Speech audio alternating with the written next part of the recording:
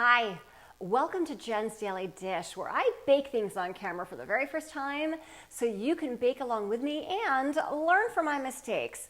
Well, today we're really not going to be talking about mistakes as much as redoing a chocolate chip cookie recipe that I have been trying to perfect for the past 5 years or so. That said, I'm going to be walking you through the things that I'm doing in my recipe to amp it up. And so when you are making your chocolate chip cookies, you can do these things too. You could choose all of them or just one of them. Every little bit matters when it comes to making the best chocolate chip cookies. Of course, I was inspired by this song. 'Cause I'm ready to take a chance again. Oh, chance again on these chocolate chip cookies? Oh, yes. First things first, if you were going to bake your cookies right away, which I do not recommend, but if you're gonna do it, preheat your oven to 375 degrees. You know how I feel about refrigeration. Check it out. Bread flour, milk powder. You'll see that I added bread flour instead of all-purpose flour, and all-purpose is just fine. You can totally use that. Here is the deal. I'd like you to think about a very fine cake that you might have, which uses cake flour. So in the order of protein, it's bread flour, all-purpose flour, cake flour, pastry flour. They're all below that in lower protein levels. Bread flour just takes it up a little bit of a notch. Again, it makes for a little bit more of a chew. I'd like you to think of breads that you get from a bakery. Those are baked with bread flour. So we're not making bread like cookies, but it just adds for more chew. So again, that's the first thing you can do. Why milk powder? Because it's going to add extra depth to your cookies. I'd like you to think about your favorite desserts that have a very caramelly, milky flavor to them. That's what the milk powder is going to do for your cookies. You won't taste milk, but you'll taste the richness, the depth, the creaminess. As it cooks, it's going to turn more caramelly. It's all good stuff. Again, second thing you can do, baking powder, baking soda, salt. Salt is pretty much in every cookie recipe, but I added 2 teaspoons in this one. Why so much salt? Because it's going to hit those taste buds on your tongue in different ways. When you add extra salt, it just amps it up. And if you've ever read the book Salt, Fat, Acid, Heat, that kind of explains it all. Espresso powder. If you've been watching me bake for a while, you know I love adding espresso powder into every single recipe that has any chocolate in it. And I am telling you, this is a huge difference maker. And if you do nothing else except the refrigeration necessary and espresso powder, you are going to take your cookies and any baked goods to the next level. The espresso powder just adds more depth to that chocolate flavor, just making for a better cookie. Whisk together. Browned butter that I have cooled. I made the brown butter on the stove, literally cooking the butter, and I've made this in a lot of other recipes. So if you want me to show that separately, let me know. Happy to do that.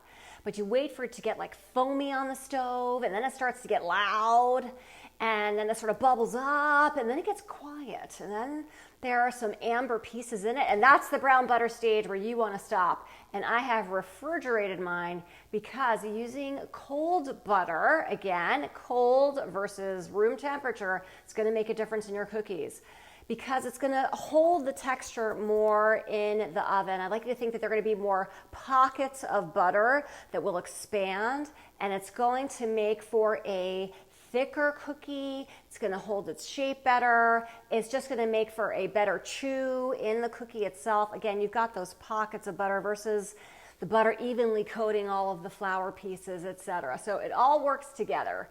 And so that's why I'm using the brown butter in particular, because that adds even more depth. It smells very nutty and caramelly already, so it gives you a head start. So if you want to try using brown butter, that's another way to amp up your cookies. Rough up your cold butter for about 30 seconds or so.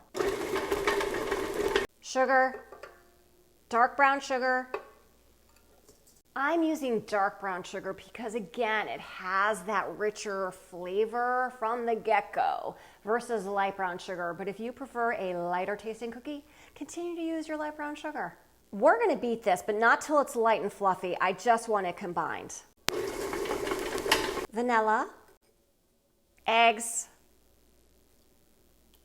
I added 2 whole eggs and an extra egg yolk. And again, why the extra egg yolk? Because it's going to add extra richness to these cookies. And so again, that's another way that you can amp up your cookies is by adding an extra egg yolk. Beat until combined. Add your dry ingredients. To avoid a big mess of flour going everywhere, I'm going to hand mix it in the beginning here. We just want this until combined anyway. Mix just slightly. Add in chocolate chips of your choice. And again, I want you to notice that this is not completely blended yet. Chocolate chips will do the rest. All right, at this point, refrigerate your cookie dough for at least 30 minutes. You could scoop it out if you want right now and then put that in the fridge. I'd even recommend sticking it in the refrigerator for up to 2 days. 2 days, that's right. And then you can stick your cookie dough balls in the freezer and then bake them from frozen. It is the easiest thing in the world and the cookies turn out great. I promise you. The refrigeration allows the flour to absorb the butter and the sugars and all that goodness. Again, it's going to make for a chewier cookie that's crisp on the outside.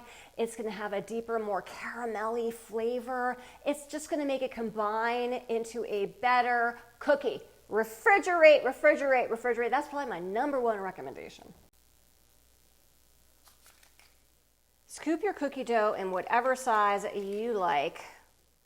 And this is going to go in the refrigerator, so I'm going to put the pieces very close together.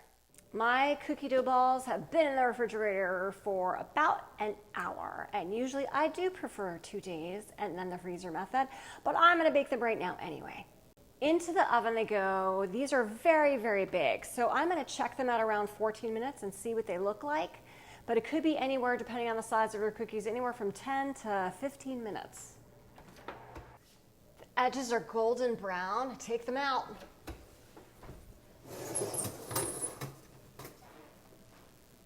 Let them cool on your cookie sheet. They're going to continue to cook, so leave them here if you can resist.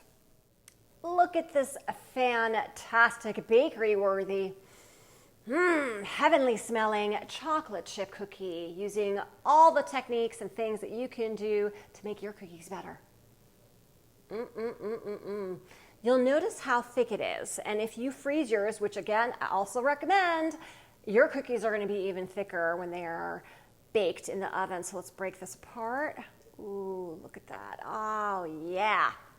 Yum. Nice, thick cookie. So let's take a bite.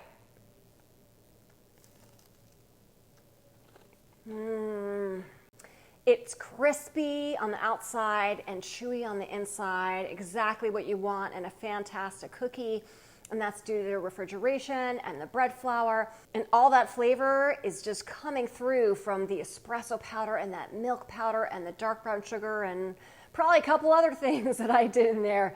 It's an excellent, excellent cookie. So I want to know, which technique are you going to choose?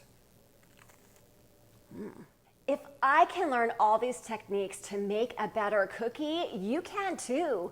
Don't forget to like and subscribe. And if you've seen any products that you've liked, check out my Amazon storefront in my bio. And check me out on Instagram and TikTok for a whole lot